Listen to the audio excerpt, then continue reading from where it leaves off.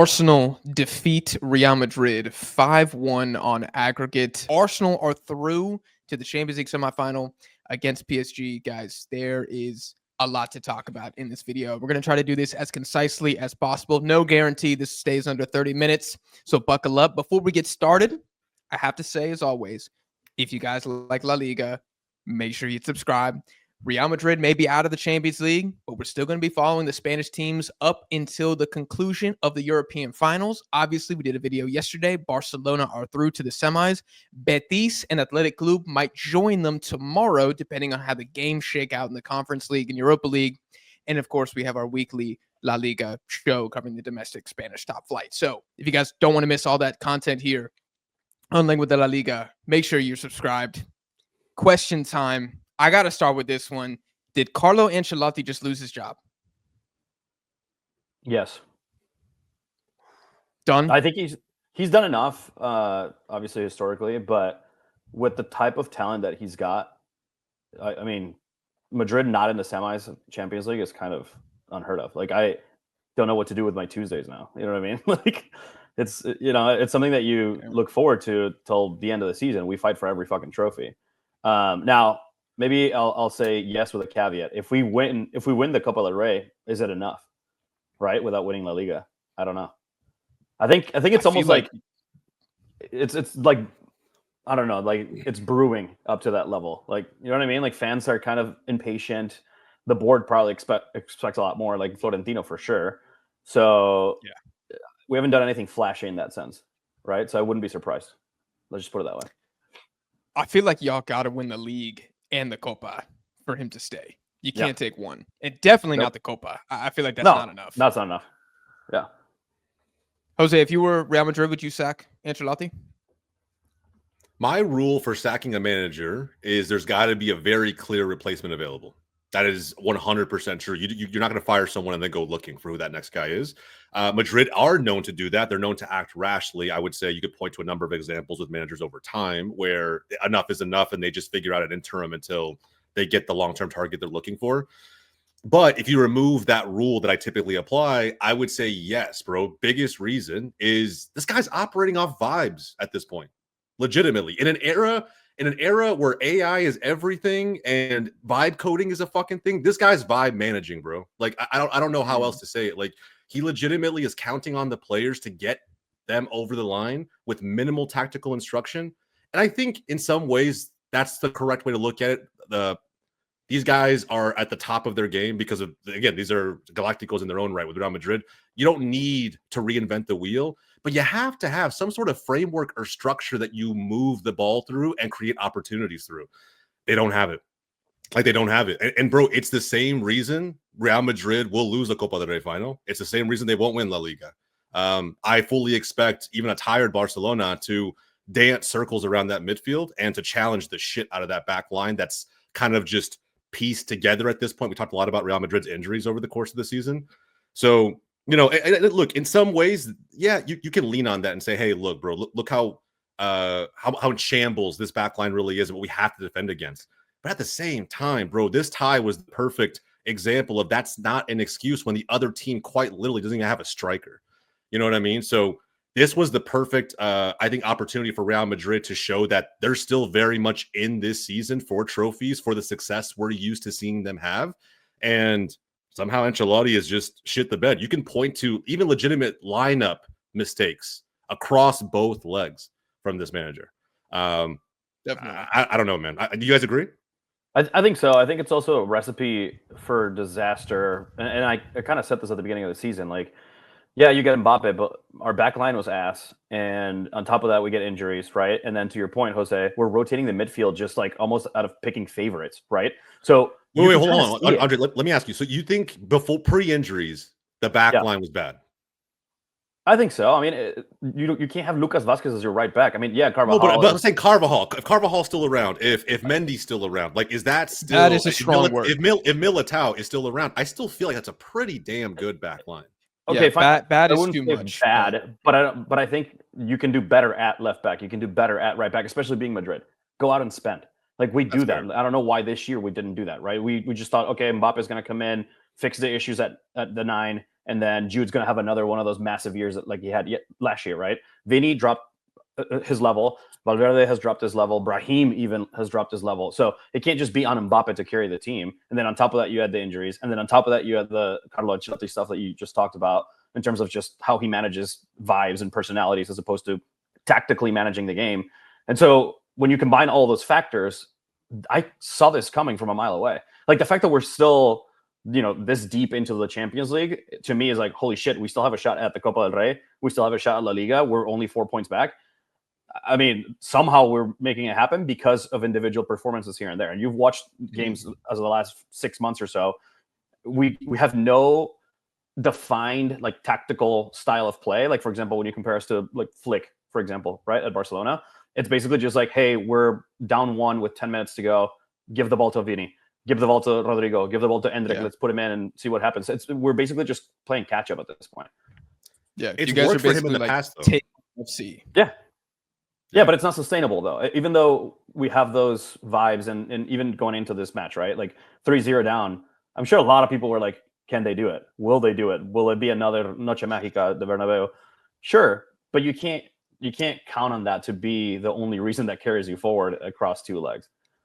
Can I say, I did not think there was any chance that Real Madrid were coming back. And I think it is directly because of this show and the fact that I watched Real Madrid I've seen these guys play 35 times, right? Yep. And I felt like the number one argument for Madrid comeback the whole time was what? The badge. It was literally history.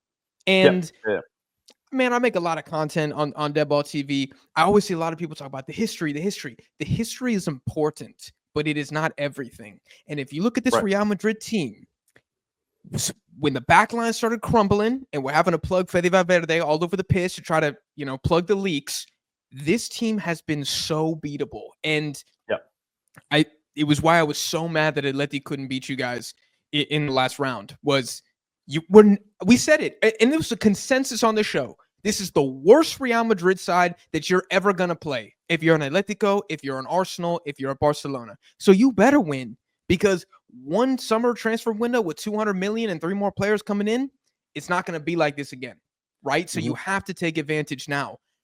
I just think, getting to my biggest takeaway, this Madrid side just has no balance, man. They have only one way to hurt you, and that is individual brilliance and maybe spacing behind.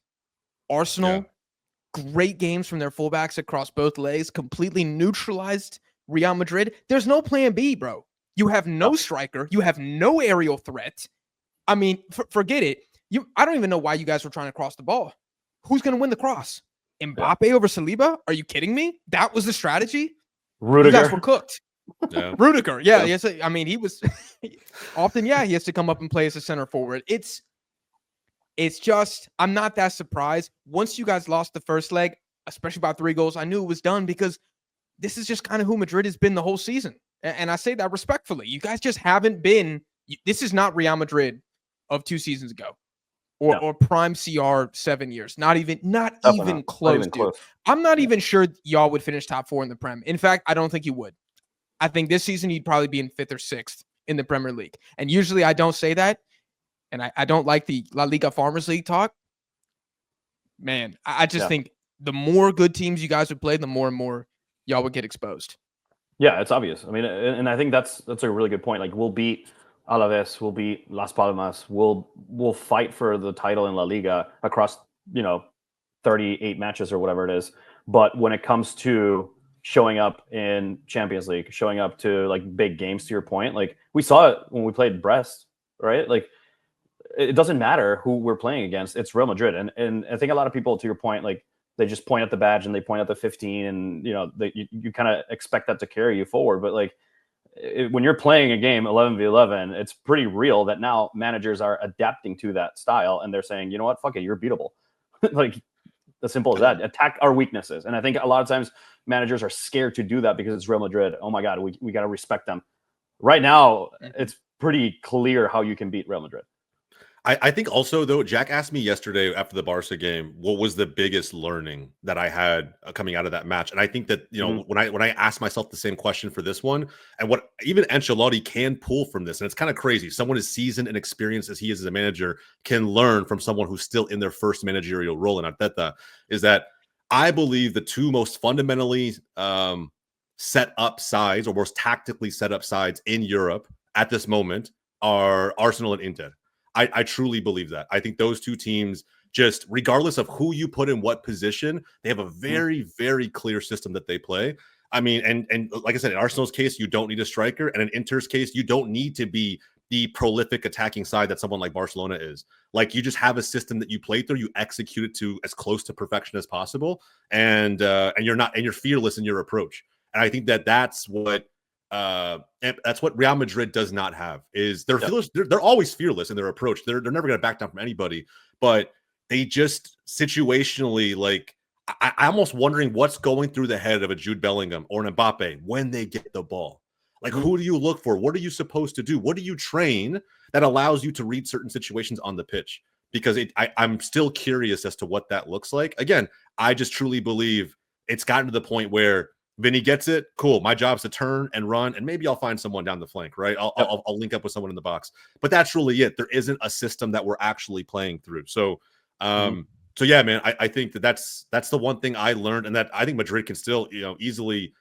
It's probably too late to salvage this season. I don't think you can fundamentally change how they're playing right now with a month to go, a month and a half to go.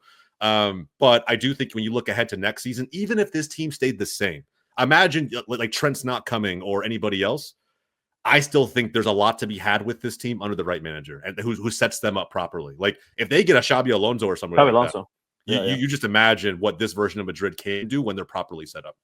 Totally. Yeah, I think when you're a team that relies on star power to win games, which has been Real Madrid the entire season, and your stars are not firing, you will lose. I think it's very simple.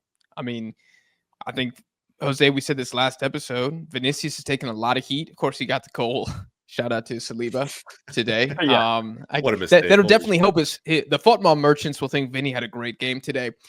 But Rodrigo's been terrible. He's been absolutely terrible in 2025. Yeah. And I think that's one of the biggest.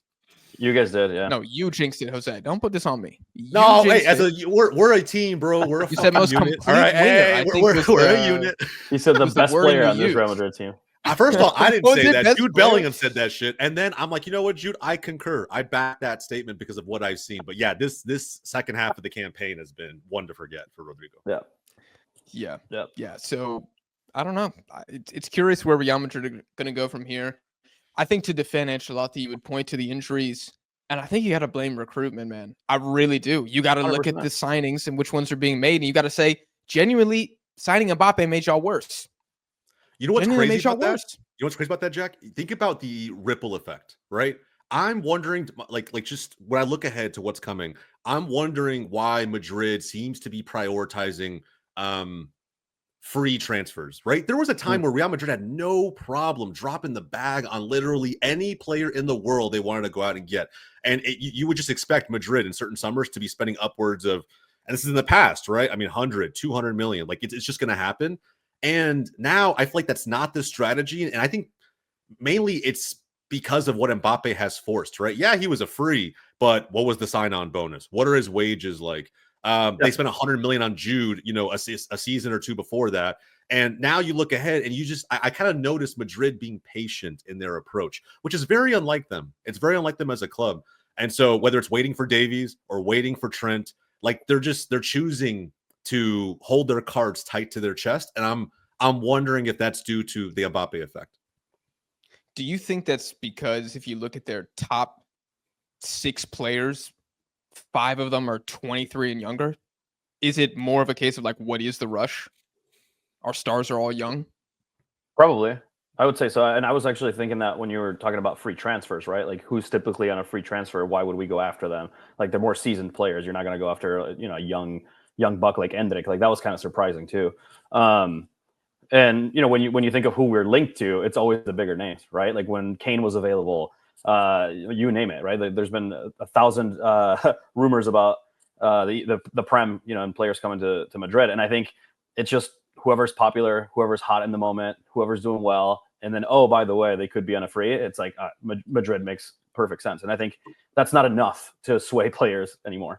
But bro, it's crazy. Like they dropped, cash on Arda Güler, refused to use him, and then like they're gonna be patient in two key areas where they really need a top tier option in left back and right back, right? Like they just kind of need that, bro. You're starting David Alaba, who's had like insert number amount of surgeries and has no like match fitness because you don't really have options. You have Fran Garcia, and like you could feel however you feel about him, but it's just like there's a clear need. Yeah. I don't know. I think to me, he's so up and down. I think he's consistent in the matches he should be consistent in, but either way, you still need depth at a minimum. So it's just, again, it's one of those things where it's curious, right? Like what has paused the prolific spending that we've seen from this club? But I guess we'll see, man. This summer is going to be very, very telling about what Madrid's able to do and how they're going to look next season. Agreed. Yeah.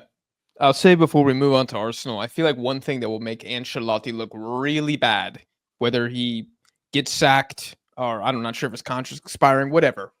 When he departs this summer, if the Endricks, the Arda Gülers, if they start getting minutes under the next manager and they start looking good, these are guys that get minutes for the Brazilian national team and the Turkish national team and are, in the case of Arda Güler, arguably a top 2 player for their national team. So if they come in next season and they start cooking, then I think you look back at this season under Ancelotti with even more criticism because you're like, hold on, you made it seem like you have no options. But in reality, you had these guys on the bench. You just, for whatever reason, didn't play them at all. I mean, Arda Güler, did he get a minute in this leg, in this tie? I don't think so. What the hell's going on? The first match for like 10 minutes or something like that. Yeah, probably threw him on in 93rd. Not enough. Yeah, not enough. No, it's not enough. It's not enough. On the Arsenal side, Jose, this one's for you. Is this Arteta's biggest win as Arsenal manager?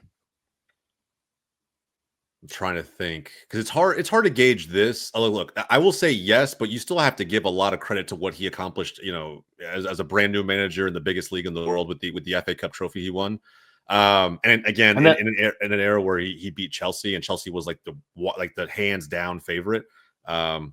And that's coming out of the banter era. So that version of Arsenal was trash. If I'm being honest, Aubameyang was like the only super solid player that we had, and he showed up in that final. Y'all were bad.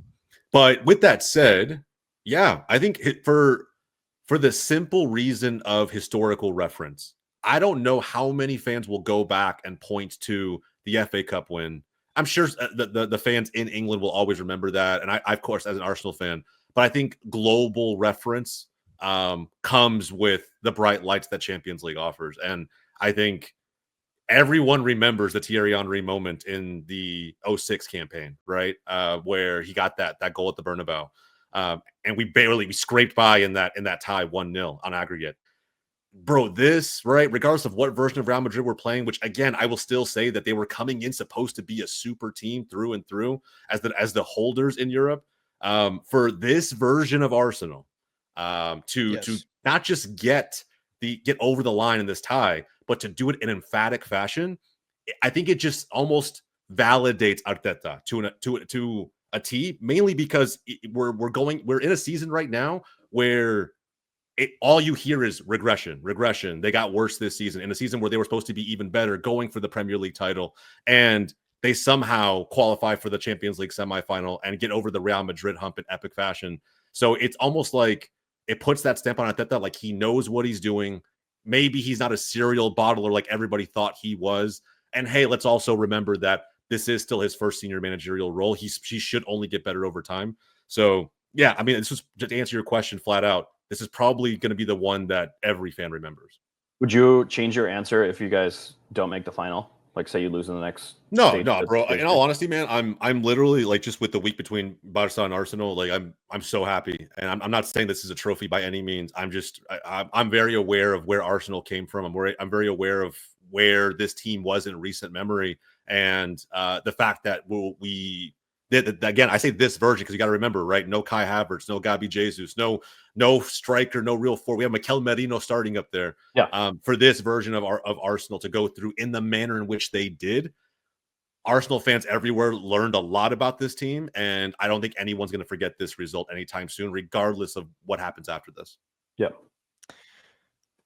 I'm going to say, from my point of view, I think in terms of significance, this is Arteta's biggest win. And I'm looking at it from the angle of with Spurs, right? I think one of the fixtures that we remember the most under Pochettino was when we beat Man City in the Champions League, because it was like we were the guys who took down Pep Guardiola. Yeah. And it's still something that's referenced to this day. I think anytime you get that Real Madrid notch, I went to Ohio State. We've got those stickers on our helmets whenever you do something good. Whenever you get that Real Madrid sticker on your helmet, not a lot of managers have that. And that's a big effing deal. And I think the condition that Arsenal were in walking into this as well, right? With everybody saying the season was a failure and you guys suck and all this stuff. With Mikel Merino as your starting 9 to win not 1-0, not off a penalty, not off an own goal, 5-1. I mean, the streets should be talking about this for the next 25 years, is how I look at it. Should have been 5-0, by the way. Thank you, Saliba. Literally, if you remove that, he actually had a fantastic fucking game. It literally was a brain fart moment. Like he legitimately had a great game. And that's not the case for everybody on Arsenal. Keep in mind, I don't think Odegaard played that well. I think he in some phases of the game was invisible. Like, not that he was bad. It was like watching Frankie de Jong yesterday. Like, there was just phases where he had the occasional mistake that could have led to something. I would say Frankie is actually worse in that aspect, but he didn't have an impact, right? Like, Odegaard was there. He had some moments in the attacking third, but it wasn't anywhere where we needed to be. Thank God. There were plenty of other players all over the pitch that seemed to step up when it really mattered. So, yeah, bro, I'm fucking ecstatic. I actually thought that Odegaard was, for what he was asked to do today, pretty solid. And I really think the only Arsenal player that, when the game ended, I was like, probably a game to forget, was ironically Martinelli, who I know got the goal at the end, but in the first half, man, he was super sloppy with the ball, lost it repeatedly. I mean, I tweeted this. I'm not kidding. At halftime, Lucas Vazquez was the man of the match for Real Madrid at halftime, who, by the way, was actually pretty good today. He was decent. And that is exactly why you guys did not win. That is exactly why Real Madrid did not come back, because Lucas Vazquez cannot be your best player. And if it wasn't Lucas Vazquez, it was Courtois, your goalkeeper. Right. But I thought he did pretty well against Martinelli. Martinelli was really just losing the ball on his own. It's not like he was getting tackled. He was trying to do a lot. Was putting balls in the box. Yeah, he got the goal. And again, the football merchants will say that he cooked. He didn't cook today. He wasn't god-awful, but it was not a fantastic Martinelli performance. But I was quite impressed by Odegaard, especially Declan Rice, man. What a stud. Declan's both games. Man. I love that guy. Yeah, Declan, man. I mean, I'll say this right now, and I think I'm confident in saying this over the course of this season. The two best players this season, and some will call this hate in any way, shape, or form, but it really has been Rice and Partey. Like, it's like no one gives Partey his flowers, I think, for a number of reasons. But bro, I mean, Jack, you have to remember his days at Atleti, and like he was a very underrated midfielder back then. Extremely. Yeah, bro. No one talked about him. I feel like still no one's talking about him now. I love the Rice love that I see all over the timeline and even the commentators during the game. Like, that's great. But does no one see what Partey is doing on the field? Like, this man legitimately is creating a worst case scenario for Bellingham, for Tchouaméni, for Valverde. Like, that midfield gets stifled every step of the way because this dude's just creating this impenetrable force in front of the back line. Like, he's all over the place. And then when you think about his distribution added on top of that, like, I don't know, man. He's a very underrated player, and often I would say when it comes to Prem fans, hated upon player. He's just not a sexy choice, you know what I mean? Like, he doesn't have the flash or whatever.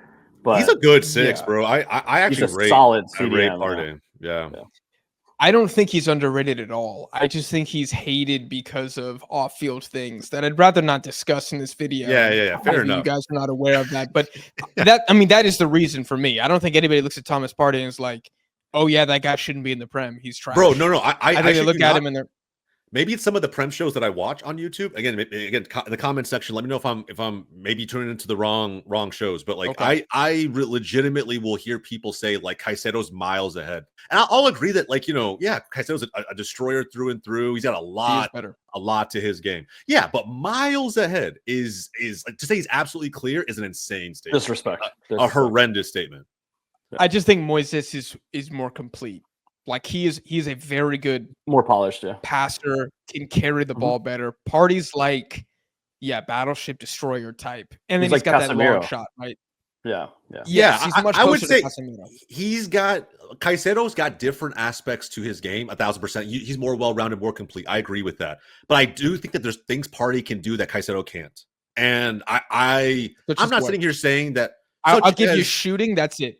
Well, I was gonna say the I think occasional Caicedo's screamer from better at outside of the box, but I still think like when it comes to breaking up play and carrying the ball, not as high as like Rice or Caicedo does, but I feel like distribution, he's right on par with Caicedo. I wouldn't say Caicedo's better. Like, I really wouldn't. And I think maybe we could have that argument night and day, but finding the winger in behind those flanks and those fullbacks consistently time and time again after breaking a play in the middle of the field, maybe it's the way Arsenal sets up versus how Chelsea sets up.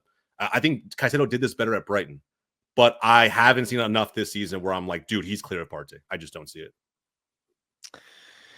Well, as a man who has fortunately watched Ecuador and unfortunately watched the Ghanaian national team, I just got to respectfully disagree. I think Caicedo, Partey is good at passing if he's not the guy who's supposed to be passing. Does that make sense? Like if he's got the Odegaard or the Rice next to him, who are more of the 8s and the 10s, then when he's got space, he is quite good. Yeah. But with Caicedo, he basically has to win the ball back, turn, carry, then find a winger repeatedly, especially with Ecuador. Like he is basically their entire midfield. And then occasionally Alan Franco and other guys get involved. But like he does everything for, I think Partey, he's just like, he just leans so much harder as a defensive midfielder than Caicedo, who has become offensive because of kind of necessity with his national team. And honestly, with Chelsea being incompetent since he signed, he's kind of had no choice but to do more, right? I mean, Partey didn't have to pass the ball with Atleti. Yeah. No, and he's asked to, and Partey in his own rights, being asked to do a little bit more with Arsenal, right? But yes, having guys like Odegaard and Rice around you makes what you're supposed to do on the pitch straightforward as hell. Like, look, man, you're literally gonna be the wall in front of our wall. And if you can, as soon as you win it, right, a very specific instruction I'm sure that was given him, but the accuracy, the moments in which he chooses to distribute, like all of those to me kind of slip under the radar for most fans. And again, if I'm maybe I'm faded, but if I were to ask a number of Prem fans to rank their top 3, top 5 CDMs, I don't know how many people have Partey in the top 3, and that to me is kind of interesting. Top 3 is kind of a lot, dude. I don't know. Yeah, bro. Okay, I'll say this. Can I say this as a peace offering? Arsenal's midfield is how you want a midfield to be composed. Real Madrid's midfield ain't got that balance. Does not have the balance. I mean, you got what? Jude obviously has to be in there. You got Fede, who I think is a great player, and probably look, he needs to be at the 8. This right back thing, it's a temporary solution. He needs to be the 8. But then is the 6 Camavinga? Do you play with the second 8 with Modric? It should be, but Tchouaméni. Yeah. No, bro, you guys have to sell Tchouaméni. Not that he's trash. It's just that he's going to open up opportunities to balance yourselves all over the pitch, and you have someone like Camavinga. Yeah. I think if you risk losing Camavinga, it becomes, I don't know, dicey in terms of like how you rotate through all the competitions that Real Madrid will inevitably be a part of. So I think, you have to keep Camavinga. Jude, to me, is not a 10 either. That's what I think also imbalances the midfield, is that he thinks like a secondary striker, like a shadow striker, right? He thinks to push ahead that way versus being solely focused on chance creation, which you need that 10 to have. Like, you just do. Like, I'm not even saying Odegaard's that guy for Arsenal, because I don't think he is. But you need someone who's solely focused on feeding versus like, where can I get in to get my goal? And I think at times, especially in transition, it really throws off the entire balance of that midfield. Yeah. All right. I want to ask y'all this. I'm going to go through Real Madrid's eliminations in the Champions League recently. So this season, Arsenal 5-1. 2024, Real Madrid won the UCL against Dortmund. 2023, Man City 5-1. 2022, won the UCL against Liverpool.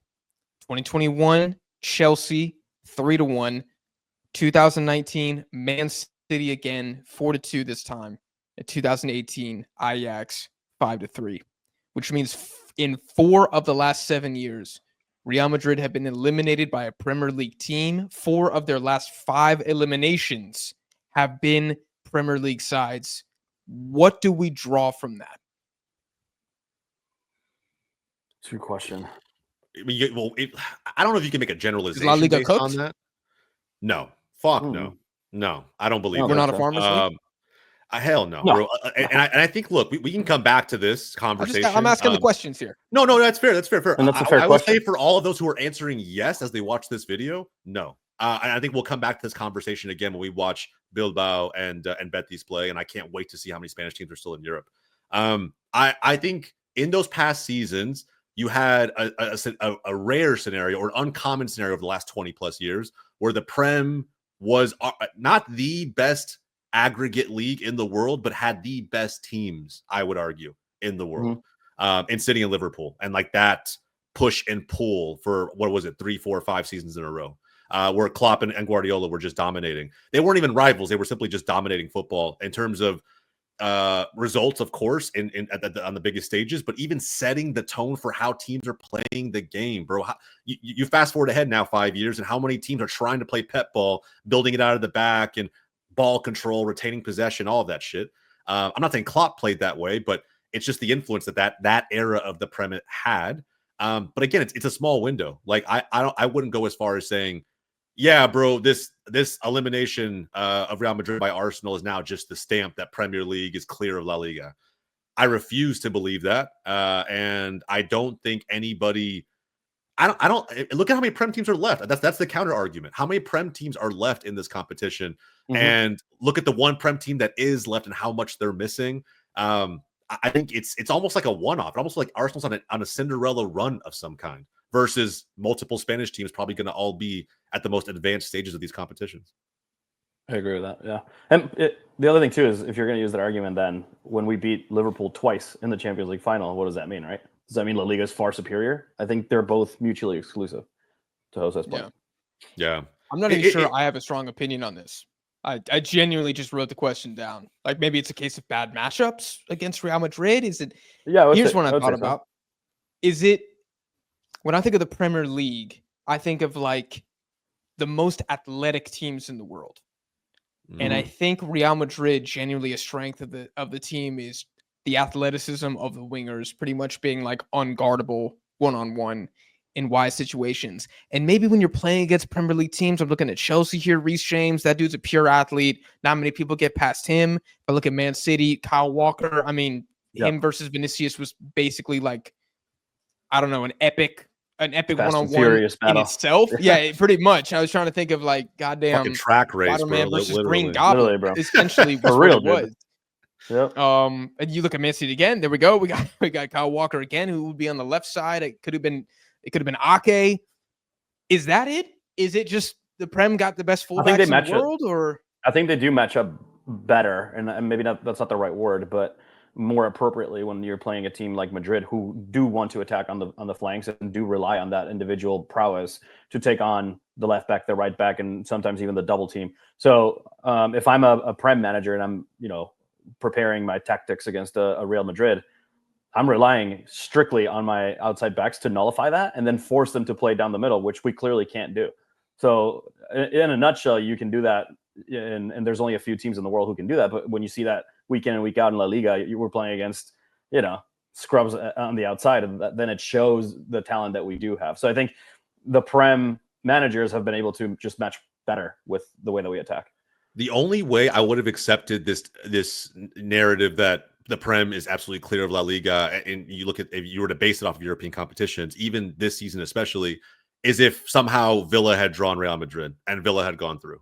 That's the only way, like in all reality, because in my opinion, whether it had been Liverpool before being knocked out by PSG or Arsenal. I still believe that the teams are just fundamentally set up better. Like that's really what it is. Like irrespective of what league these teams come from, in every one of the scenarios you pointed to, Jack, it's just the team matched up, I guess, pretty well, but structurally they were very, very sound. They had a very clear game plan in terms of how they wanted to attack the tie across both legs, and they executed it very, very well. And in scenarios where Madrid has come back, the opposite end of the argument, it's where teams maybe buckle to the pressure a little bit, and the vibes that Real Madrid runs on were just in their complete favor, and there was no way you're going to stop them from completing the remontada. So that exception, I remember the Ajax tie. Andre and I were in Seattle for that.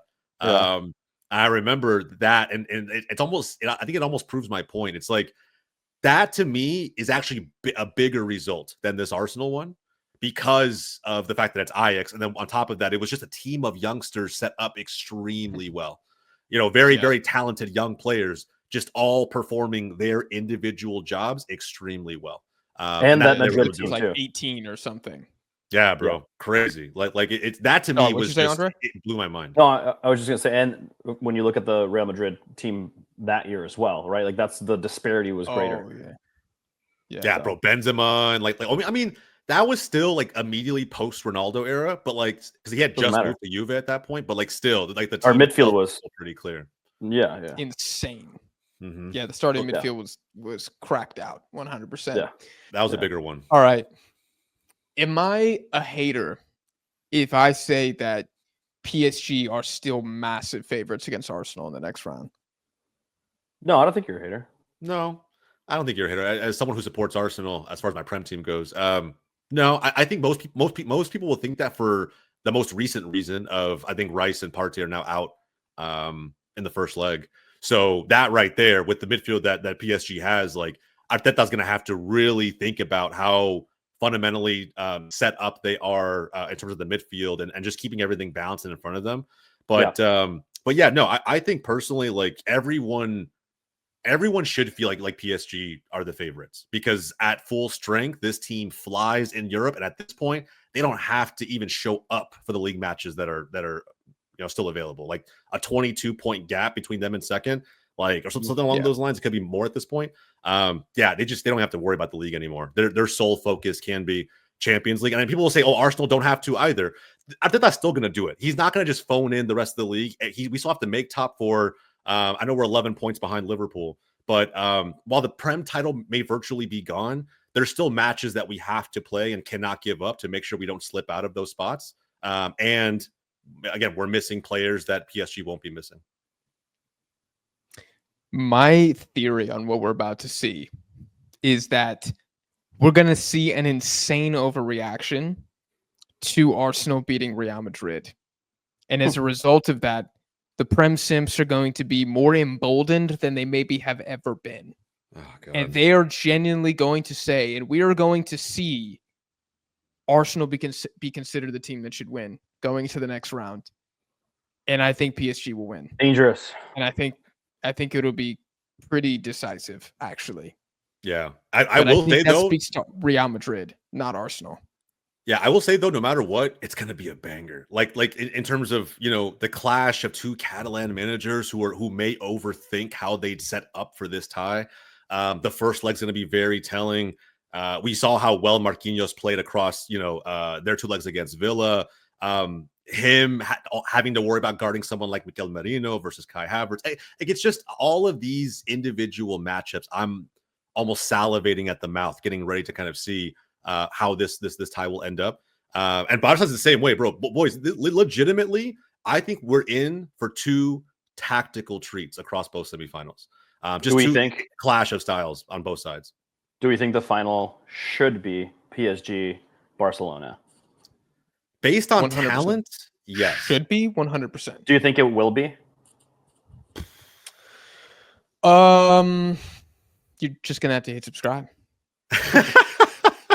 That's a good way. That's a good way to answer that. I can't say. I also don't know what happened in the Inter Bayern game, so Andre, please don't say anything.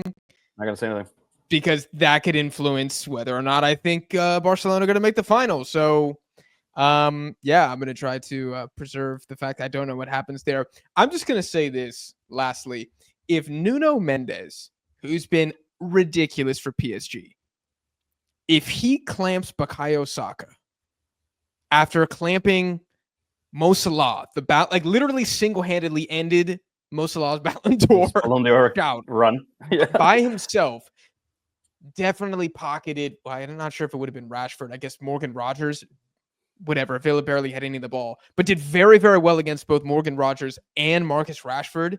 If he goes 3 for 3 against Bukayo Saka, who was so good against Real Madrid, he must be in the team of the season, like the UEFA team of the season. He has to be the starting left back at that point. If he does this again, scoring goals in both rounds as well, come on now. Yeah, he's got to be the best left I'm back. trying to think of another left back that's had good impact. I mean, of course, I will lean on someone like Balde, but he wasn't even available for the second leg, and that presence was so missed. You could easily tell. But yeah, I'll agree. I think if that happens and he clamps Saka and they make it to the final, I would love to see what he does against Lamine Yamal. I think that's a juicy ass matchup that, like, again, it's what gets me so excited about the semifinal. Sure, both of my European teams are here, and I'm pumped about that. But put that aside, like, there's just so many juicy individual matchups, and the clash of styles are going to be ones that, I mean, like, guys, if you didn't, for whatever reason, due to work or whatever, tune into these games, you can't miss the next ones. Like, bro, I'm already moving things in the work schedule around. There's no shot that I'm missing these games, bro. They're going to be insane. Also, can we talk about, you brought up Saka. What was he thinking with the Panenka? Like, I asked myself the same question. You know what's crazy is when I was watching that moment and Odegaard was lining up originally, I was like, please, God, no, give this shit to Saka. Odegaard's missed already this season. I was like, I don't want to see this man take another PK. And I don't know, something about him doing against his old club. I'm like, no, should give to Saka. I've never seen him try Panenka. I don't know if he was trying to embrace his inner Thierry Henry. I've never seen him do that. And I think it's a learning moment. I think he learned. I really do. Ironically, his goal did come off a chip, but on a PK, it was dirty. Just bury that chip. Just bury it. Yeah. If Real Madrid would have came back, then I guarantee you the timeline would have been flooded with Euro 2020 when he missed the penalty against Italy, right next to this one. And then they would have been like, is Saka actually good? Like, that would have been the narrative that we would have had to have fought for like 2 days. I'm not kidding. That's what would have happened. I agree. It's just so sad that we're literally that reactionary as fans, bro. It's totally, it's wild. But dude, yeah, man, he had a good game overall. Minus that. Come on now. Yeah. Come on now. Yeah. Dude, even some other channels, bro. I'm not gonna name names, but I'm watching stuff sometimes. I'm like, good God. Y'all have never watched like La Liga. I don't think you guys have watched Real Madrid this season because I'm not sure what analysis I'm hearing now, but it's just not. It does not match up with this current side. Yeah, you talking about the badge, talking about the team. You know what I'm saying? What's crazy, bro? I wanted to mention this before we go, man. I will say the PR campaign Madridistas ran leading up to this game was insane. It was Donald Trump levels of PR on like you know what I mean? Like a full Facebook campaign that just sways every voter in America. It was legitimately that. And I remember just the entire message, it just being like you said, Jack, the brand. This is who we are. Doesn't matter what the first leg score was. We swallow teams at the Bernabeu. We're going to come back in this tie. And it's just, if you were to ask any Madrid fan, okay, cool, explain to me how or why you're going to come back. Outside of vibes, outside of you guys being that team historically, why is this team set up to come back against a very tactically sound Arsenal? And I don't know if any fan could answer that question. I really don't. And we talked about it already. The answer was 15 Champions Leagues. That was the answer. I mean, it's just, again, like, it just shows that La Liga fans also we also have those guys in. I mean, they're everywhere, right? Those reactionary fans, anywhere and everywhere. I think it was hope, right, and faith, keeping that alive more than anything else. I get it, but I think it's wild to me how much teams at this elite level are still reliant upon that. I get it because it was definitely some like rally around the flag type thing, but I thought it backfired hard. Like, especially given how beatable Real Madrid are this season, like, why not just not do anything, win the game, have an actual comeback, and then gloat on social media and put up a big timer and shoot fireworks? I just agreed. It's mental. It's mental, bro. Like, if you think about it, it's like what's Arsenal's brand, right? They're bottlers. So how do we get into the heads. They took the Conor McGregor path, marketing path to this game. 1,000%, right? Like, how do I just play mental warfare to see if they will overthink every little tiny mistake that they make, and then we pounce on it?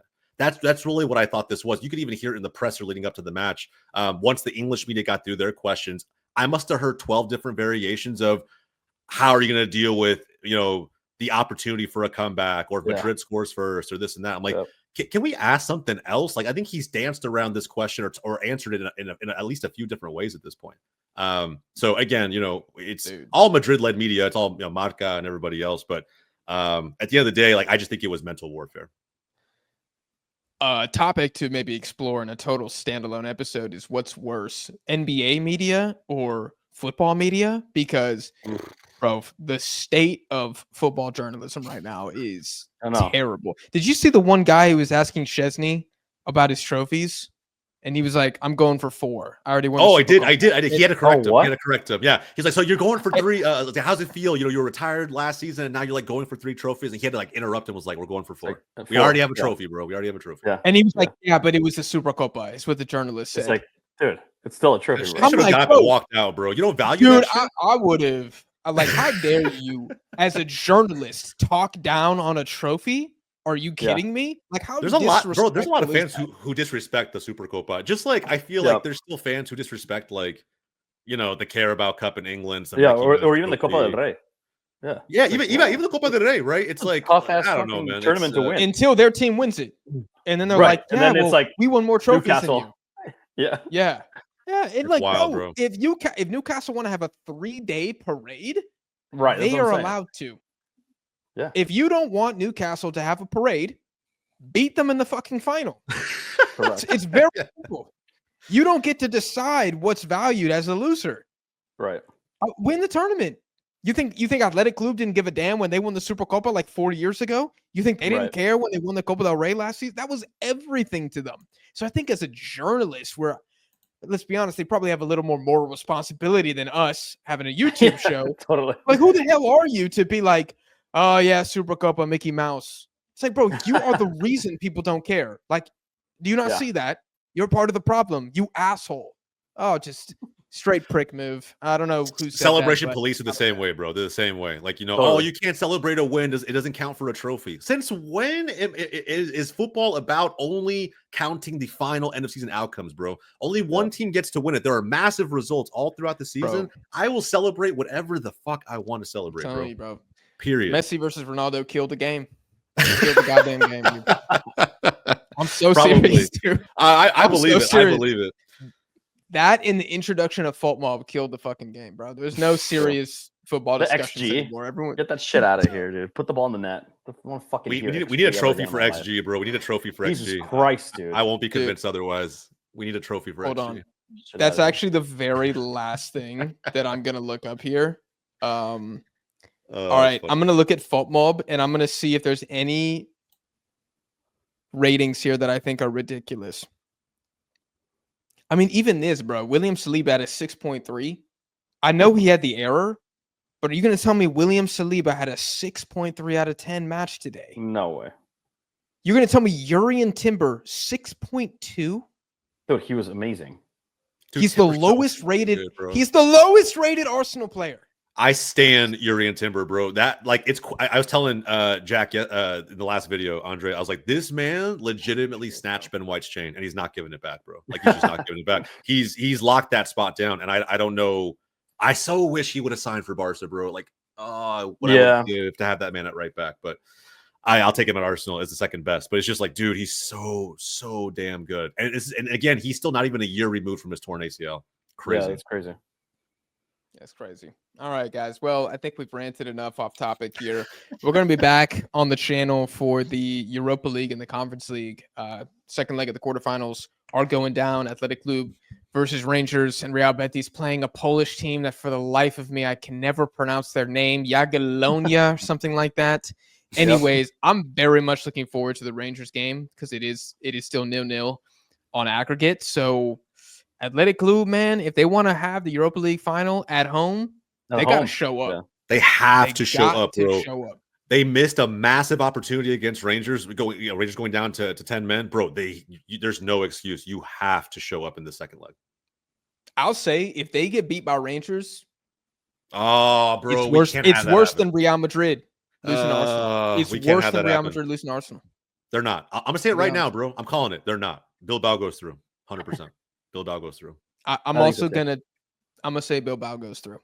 Yep. I just staying with chess, those guys at home, man. I'm gonna simp for them until they get to the final. That's what I'm hoping for. Betis too, bro. I'm telling you, they like all these Spanish teams got to make it through, because at the end of the day, like we get enough slander on La Liga on the timeline as it is. I'm done with that shit. Good for the league. Yeah, bro. If Isco plays, they're through 100%. 100%. It's as simple as that. Sometimes it's a simple game, ladies and gentlemen. And if Isco's out there, Betty's going to get it done. We will be back tomorrow. Not sure what the squad is going to look like for that video, but if you want to see that in all the other videos covering La Liga and the Spanish teams in European competition, make sure you are subscribed. If you enjoyed this episode, drop it a like. And lastly, make sure you follow myself, but also my co-hosts on social media. You can find everything in the description of this video. We hope you guys enjoyed, and we'll see you guys back here on the channel tomorrow.